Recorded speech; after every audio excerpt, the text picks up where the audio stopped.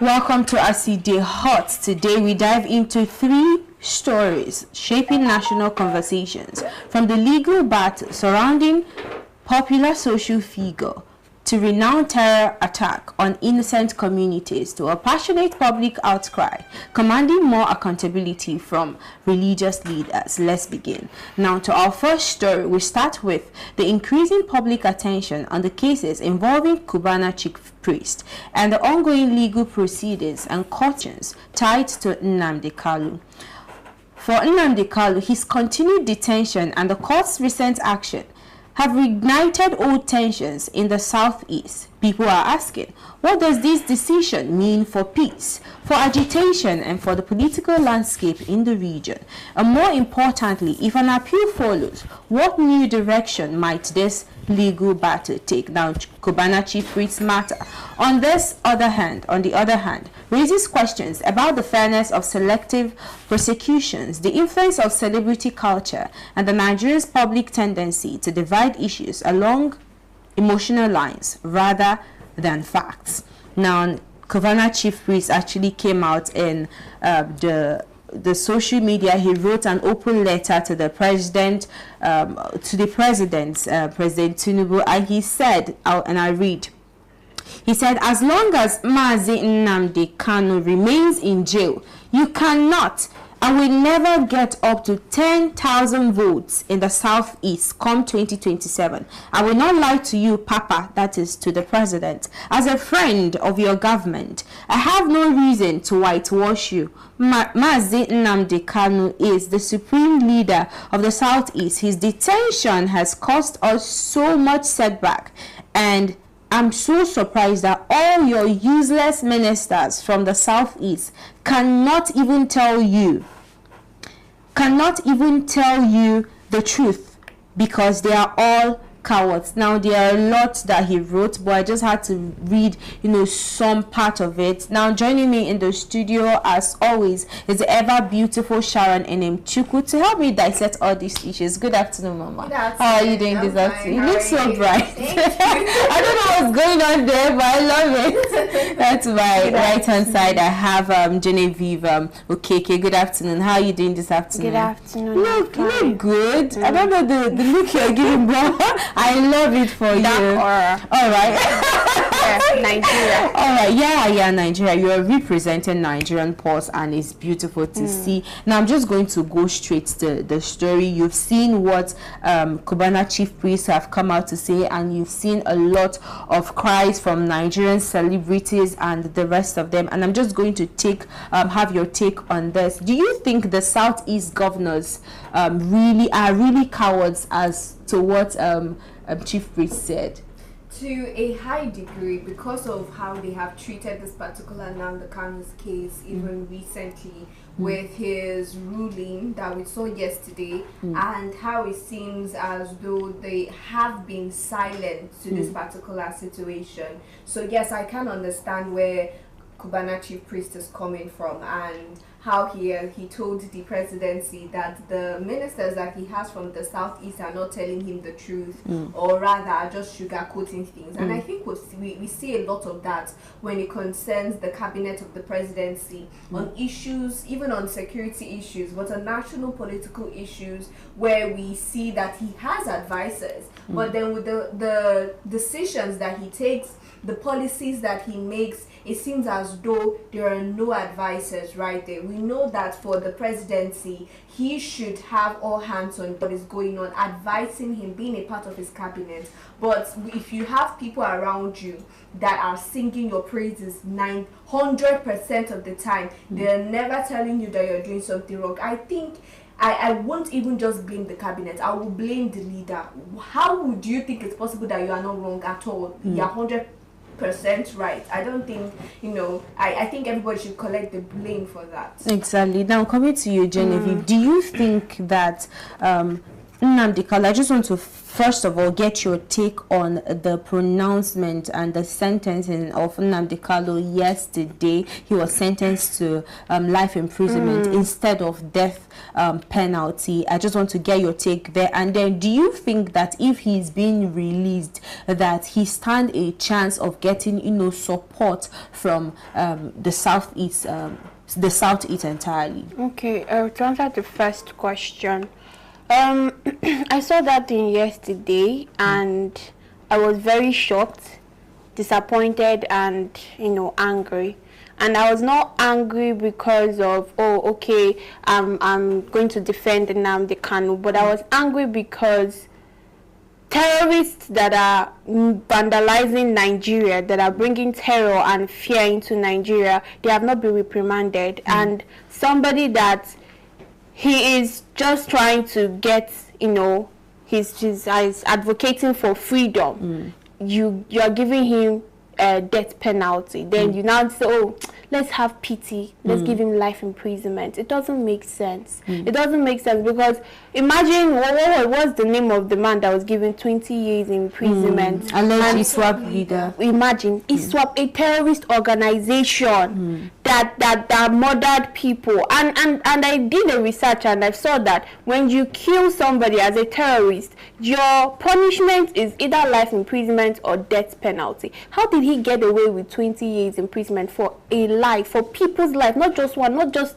it's a lot of people that have died because of this terrorist, and you are giving Nnamdi Kanu life imprisonment. It feels very unjust, and it feels like there's a political rally going on there. But I feel like it's also involved some political agenda. Yes. Okay, now coming to you, Sharon, there was this stuff I saw on our Rise News where I think one of the legal representative of Mazi Nnamdi Kanu was speaking with on our Rise News concerning this whole pronouncement and sentencing, and he mentioned something about the speech or the statement Nnamdi Kanu made during NSAS. He said they said that he was actually fueling the tension in the Southeast, and he was giving orders that they should burn police stations. They should not be deterred by the police revolt, that they should attack the police. I don't know if that was actually right, but I just want to know, do you think that it was actually because Nnamdi Kanu allegedly fueled, or do you think he actually fueled the insecurity we are having in Nigeria? To be very honest, when you say things like, during his radio broadcast, he would say things like, burn everywhere, tear it down, destroy this place, go to police headquarters. If I'm being honest, yes, we have heard things like that. I, for one, I have heard things like that where they'll be having a radio broadcast during Radio Biafra. I think it used to happen in the evenings at 6 p.m. I'm not very sure. But they'll be having this radio broadcast and you'll be hearing, oh, burn everywhere, kill them, bastards, cowards, different names, different demeaning names that he would call the whoever he was addressing at that point in time. So these things are not something that would claim that he said. There are people who have the videos online. When you search it, you will see people who still have the recordings of these things that Nnamdi Kanu said. So yes, there are times that he has incited violence. When you are painting Nnamdi Kanu now, we're not painting him as a saint. Exactly. He did things. He told people to burn things, and especially for the unlearned, right? Especially for people who did not go to school, who were not opportune to go to school. They ate his words hook, line, sinker. They ate every single word that he gave without having to think of what it meant for them or having to give their own opinion on what exactly he was commanding them to do. It's the same thing that we see in the north, where you see some northern leaders telling them to do whatever, just inciting violence, and they won't question it, just obeying that. So I think, yes, there are proofs, there are videos online where he has said those things. So should he be blamed for the insecurity in the southeast right now, or do you think that there are other terrorist groups trying to hijack the whole you can't pin the insecurity in the southeast on Nnamdi Kanu alone, because to be honest, when this started, it's like pinning the insecurity in the southeast to Soludo. Because Soludo came out, right, and he brought some vigilantes, which was, you know, applauded because it was because of the loud insecurity that people were facing in Anambra State. A lot of, especially last year, last 2 years, people were scared. During December, a lot of people did not come home. There are even people who wanted to get married, and we know for Igbos, they go back home to get married. They didn't go back home. They were doing it via video call because of the insecurity. That's how bad. There is a place I know, Lilu. People ran out of their villages. This is the ones that I know. I'm talking about, there are other villages, but you see this one, nobody was staying there because it was like the headquarters of this unknown gunman, right? Now, what I'm trying to say in essence is that with Soludo having good intention of combating security, a lot of people have hijacked those agencies that he has created, or even the agencies themselves, just because they don't have the exposure, just being resilience. We saw what happened with Agune Chamber and the other groups as well. So with IPOB, it started off like that, but then there was hijacking, and a lot of things went wrong when he started inciting that, or when he tried to create the ESPN and all of that. So yes, I do think that there were a lot of hijacking as a result of that. Okay, well said. Now to you, Genevieve, you're already seeing the case of Nnamdi Kanu, and his legal representatives are coming out to tell the public to remain calm, that the situation, they are really going to reduce the tension, and they will go for an appeal. They will settle for an appeal. Now, do you think that if Nnamdi Kanu and his lawyers files a new appeal, do you think the government will actually the government will obey the court order this time? Because we remember the court of appeal actually cleared him, but he was rearrested probably by the government. Do you think now with this new appeal that he is going to actually obey the court order, or do you think that it will be ignored? You first start with the present government. Do they obey any authoritative or law-abiding policies in Nigeria? I will use the INEC for example, Constitution for example. When they declared the winner, or we all know who won the current election. The last election. What did they do? They opposed the person that won it. So of course there is no way that they'll be in sync with the court's verdict on Nnamdi Kanu. They would definitely try to slash it, definitely try to find a way to coax it, as that is what they are very good at doing. In all the whole situation we have been seeing, they have been denying so many things. So then again, it will be another opportunity. They will add it to their portfolio of what they have been doing. Yeah, but according to them, I remember when Nnamdi Kanu was being arraigned in court. I remember when he has been visiting the courts for this whole processes, and the federal government, people were coming out to tell the federal government to throw in their weight on the entire thing, and they said, according to them, that the matter is out of their hands, that it's now in court. Now, and I'm going to ask you, Sharon, with this new appeal right now, do you think that Nnamdi Kanu with the with 2027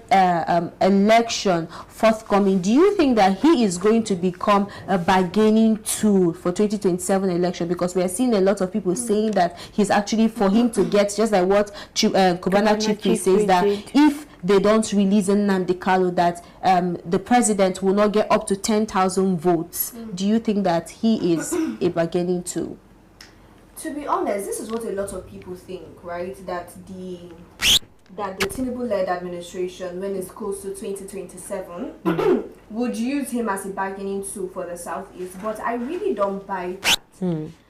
For some reason, I think that the Tinubu government has more to lose with Nnamdi Kanu being free. I think they are so scared of him being free that might not be an option. So this is just a personal opinion. With everybody saying that there's a possibility that they might use him as a bargaining tool, it makes sense, because when you look at it, why has the trial been delayed for this long, right? He's been in trial for so long, and it's just few years before the next presidential election, and we know how ambitious the present administration is about rerunning and the second tenure for President Tinubu. So yes, that is also going to be in play. But even at all, although I don't completely buy that, I just think these people want to lock him away for good. We know how hard it was for them to even apprehend him in the first place. So I think that even if that is going to happen, he will be placed on such strict conditions to be given that freedom. He won't just be a free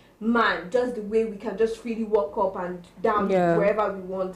I just think that there will be stringent conditions, and if care is not taken, if they really set him free after the election, maybe he would, return to prison for one reason or the other, just find something. So I just don't think this is a black and white case. I think these things are just political business. I feel like they are doing business here. Yeah. Okay. Now I've gotten the perspective from Sharon, and we could see in the southeast, just like Cubana, a lot of people are equally commenting based on this particular new development. But do you think that with this new appeal right now, if they should appeal, that it could reduce tension in the southeast, because everybody is literally angry at this point? Do you think it could reduce the tension? What tension will it reduce when the prominent people in southeast are not even supporting Nnamdi Kanu? You first have to look at the people that are angry are the people that are an advocate for the IPOB mission. You understand? But the people in power that are Southeasterners, they are not making any move to help, or I've not seen any Southeast prominent person saying, "Oh, okay, I'm coming out for Nnamdi Kanu and whatnot." So there's no tension. I feel like even if they release him, they will still find a way to bring him back. Just like what Sharon said. Now, coming to you lastly, Sharon, on this particular topic, what will this mean for people in the southeast? Like I said, I told Genevieve that the tension in the southeast has actually increased. What if that this appeal does not go through, and maybe at the end of the day he's imprisoned again? What do you think will happen in the southeast and Nigeria in general? So it could either go two ways, but because Nigerians, if you're being honest, there's something I've noticed about Nigerians. They move on very quickly. They adapt to situations very quickly. There is someone that said something about Nigerians one time, that Nigerians are the people that you keep pushing to a wall, you think they're going to fight back, but no, they keep making space, keep making room for you to push them to a wall. Right now, we've not heard of any tension or any fight anywhere since this particular sentencing. And we saw an interview from the legal counsel of Nnamdi Kanu urging people to be quiet and just remain calm and not be agitated, as it's still under control according to what he said. So I just think that it could go both ways. It could lead to violence, but I don't know, I just sense a sort of hopelessness already in the air, with people just being tired. I just think mentally Nigerians are tired. There's a whole lot going on. Nnamdi Kanu is not really the only big deal. We are having insecurity issues. Economic inflation. You're talking of the Kebbi school girls, the Kwara school girls, a lot of things that will keep you up at night. So I just think that Nnamdi Kanu is something, if we're not being careful, right, it's something they can forget about and move on to the next thing. Now, talking about insecurity in Niger State, where terror has struck once again, armed terrorists invaded the St. Mary's community, abducting students and plunging families back into the familiar fear that has haunted northern Nigeria for years. Now, the attack is yet another reminder that despite promises of improved security, bandits remain deeply rooted, thriving on weak surveillance, compromised local networks, and inadequate government response. Parents are exhausted, communities feel abandoned, and each attack chips away at the hope that this insecurity crisis will end soon. Now, from Nigerian Pulse, how many times must schools be attacked before Nigeria treats this as a national emergency? How many children must go missing before the system admits that something fundamentally is broken. Now, it is such a sad situation. This incident in Niger State, over 100 students were kidnapped, and we are yet to, heal from the attack in Kwara State, the attack in Kebbi School, the attack in Kebbi Church, and we are seeing a fresh new attack. And I'm still asking, why are we experiencing new waves of attacks? Does it mean the government is enabling terrorists? I'll start with you.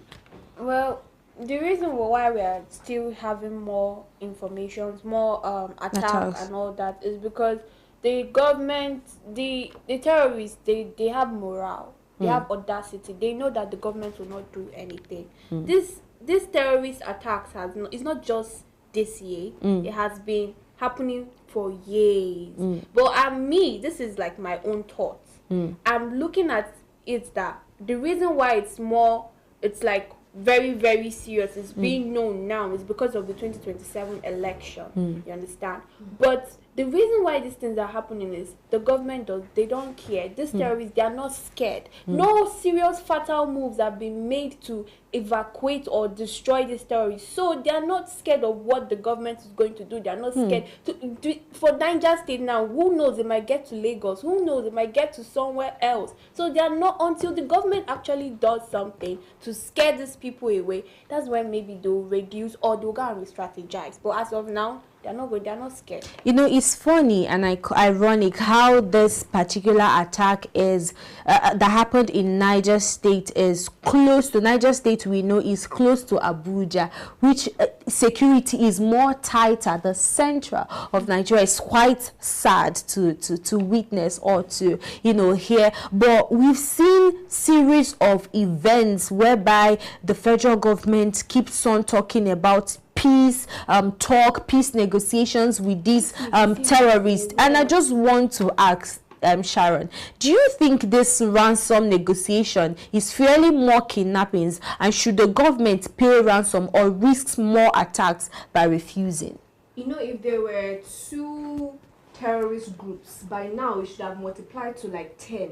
Because it has become a lucrative business. In fact, if you were not a terrorist before, and you are thinking about the Nigerian government is running things when it concerns banditry and terrorists and kidnappings, you would start up your own organization. Whether you are an extremist, people are taking this as a business enterprise, as a business venture, because of the peace talks.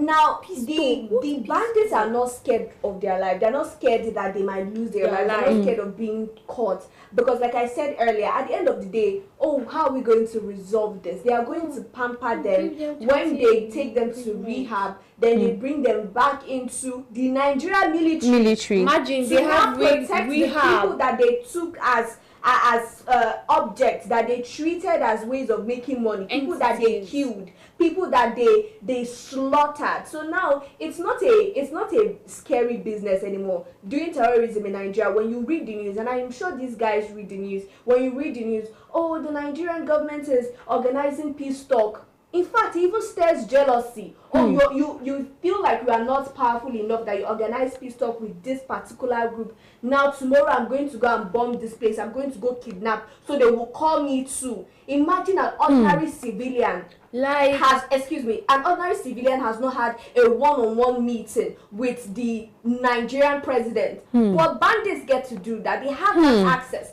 Why? Not because of the great things that they have done, but because of the atrocities they commit. When you go outside, when you go to the United States or any other country, they give you an honorary certificate because of your outstanding contributions to society. And then you take a nice picture, you get your certificate. These bandits are getting the same thing just by committing atrocities. What is going to discourage them? What's going to stop them? It's so sad. And I remember the incident of Deborah, what happened with Deborah when she was stoned and burned to death. And it's how the people that perpetrated this act were bold to make a video online, and they were showing people the matchbox they use in lighting her up, and they were saying there is nothing that the federal government, or there is nothing anybody can do about it. And I'm just going to ask you this question, Genevieve. Do you think after 2014 attack and abduction of Chibok girls, attack in Kwara State, the Owo massacre in church, the KB attack, the Plateau attack, the Katsina attack, Benue have taught Nigeria, and the Benue attack have actually taught Nigerian government a lesson? Or do you think they need more occurrences before they take action? Which occurrence? What? This question self, I don't even know how to answer it, because these people, you don't understand that they don't care. And some of these people are making money. They are making money from this terrorist attacks that is going on. This whole thing, there are people. You can check how do they have access to internet, phones, to video. They are learning. These people are being educated. Like they have inside that their camp now. I'm sure they have, okay, people are in the tech section, people are in this section. People are funding this thing, and I'm sure most of them are from the political parties in this country.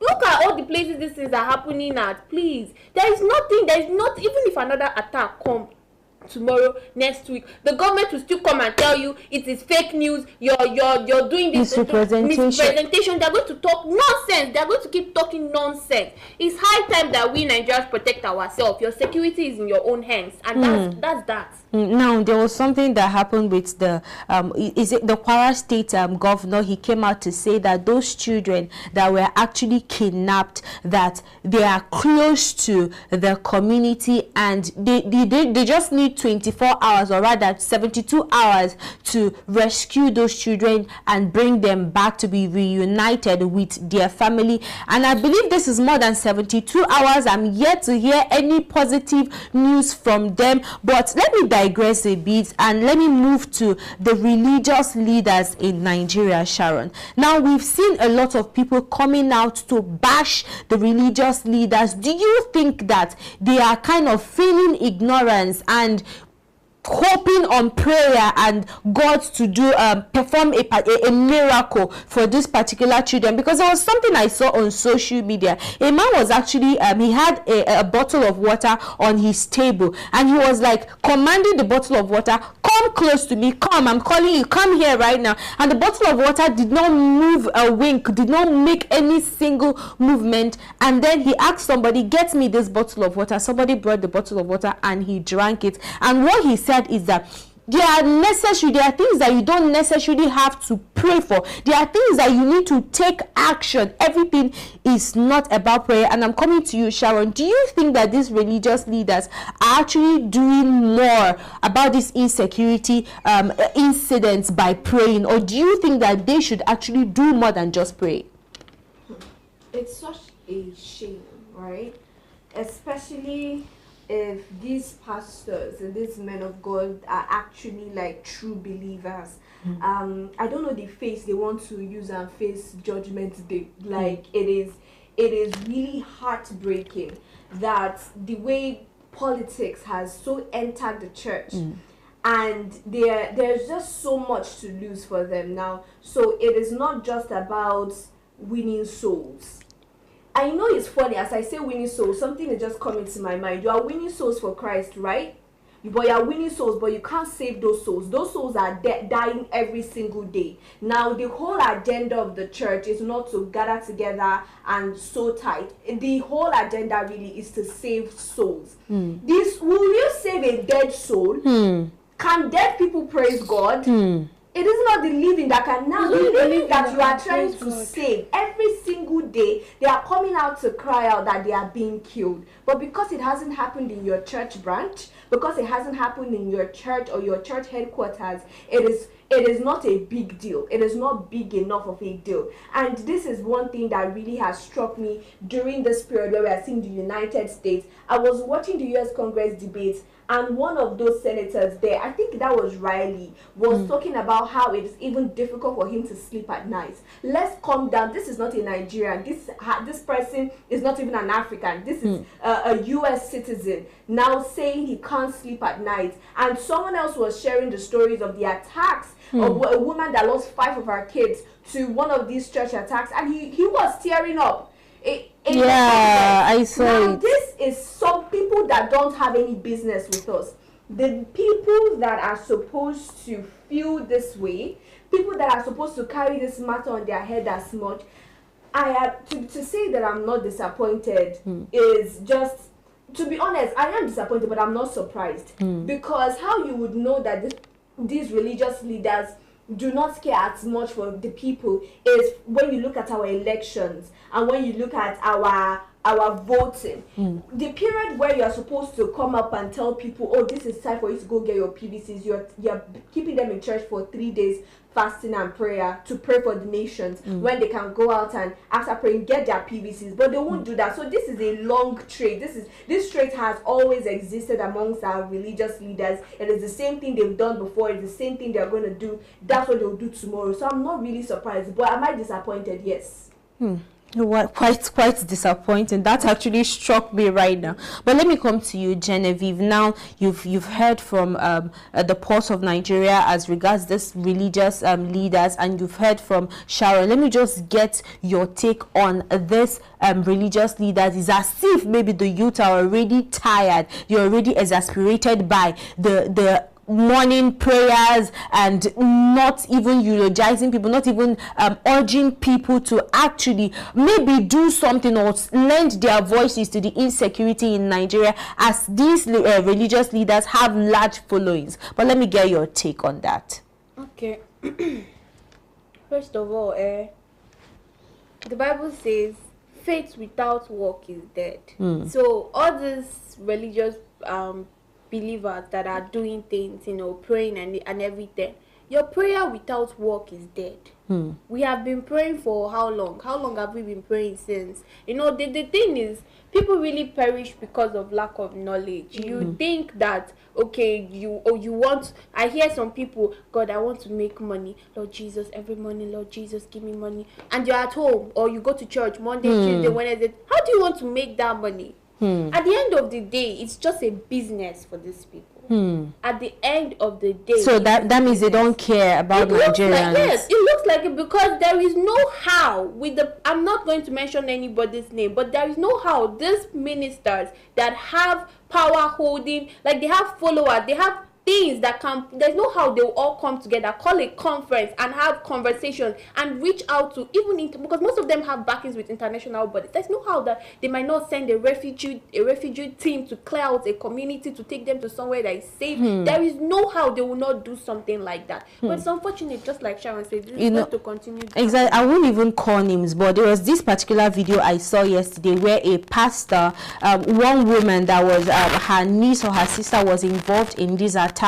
The sister was actually abducted, and the sister's son was equally abducted in this attack that happened in Kwara State, and she was actually crying in church, and then the pastor was asking her to know, like, okay, share your stories. And when she was done, the pastor was like, everybody stand up, start praying for these people. And it was so sad, and I was so angry. I'm like, how are you telling them to start praying? Are you supposed to be telling them, start tweeting right now, start tagging the president of the Federal United, the president of Nigeria and the United States to actually help people? You have the platform, you have the large following, but the only thing they know is just to pray and pray for prosperity.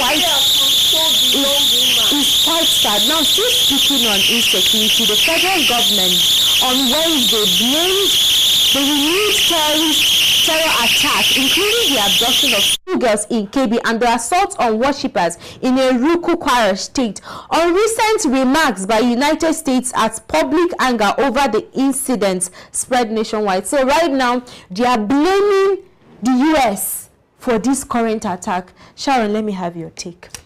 I don't know what to say. Oh God. I am speechless. Nigeria has left me speechless. When I saw that, it's the pattern with the Nigerian government. They are always looking for who to blame.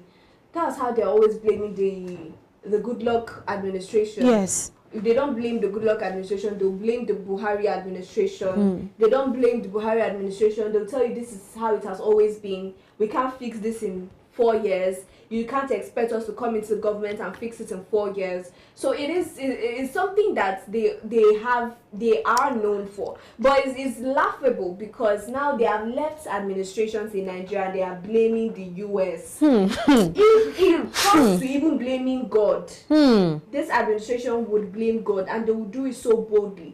Daniel Bwana will come to channels and tell you, but yes, if you really look at it, yes, exactly.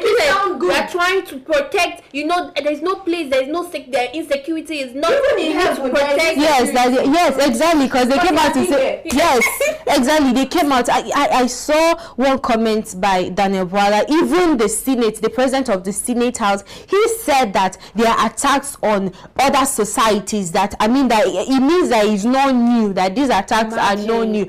And we equally saw the foreign minister say that this whole attack is not new, that other people experience the same thing, that is not new. And we equally saw Daniel Bwana come out to say that even in the US, that there is a lot of attacks, there is terrorism in the US. And I remember that there is nothing, I remember when we talked about this, we could differentiate the crime in the US and the crime in Nigeria.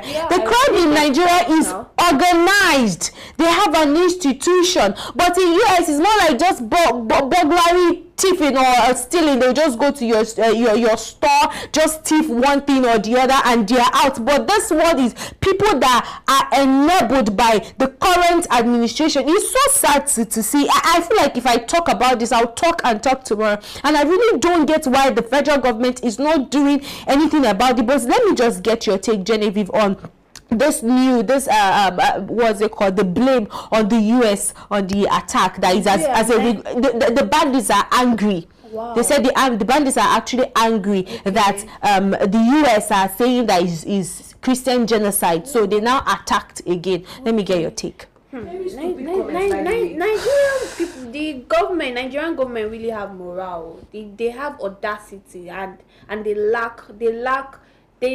Is it decorum? What will I even say? They can't comprehend things. What? You have time to tweet. You have time to say. You have time to. Are you not tired? Kilo Day, are you not tired? What is the problem? Is that the thing you're supposed to do? Is that the thing you're supposed to be preparing on how, okay, if let's go down a bit. If they decide to actually even make them, where would they start? Do we have safe house in Nigeria? Do we have safe places? Even if they want to safeguard these people, these are things they're supposed to come down and call panel and think of how to start making actions. And you're here calling blame on the US. That what nonsense? What is this? Me, I'm tired though. I'm really, really tired. I don't know what to say again. Now, if I'm to say anything, I think this news is actually one of the dumbest. I am sorry that as an anchor, I'm not supposed to really give my opinion, but no, at this point, this has to be one of the dumbest news I've ever heard since I existed. How is it that you are blaming the US that is trying to help you? The US they already have first-hand data of what is going on in Nigeria, and you're telling them that it is as a result of their response, or rather what they said concerning the genocide attack and the terrorism in Nigeria, that is why we have this fresh attack. Jesus Christ, somebody should pour me water.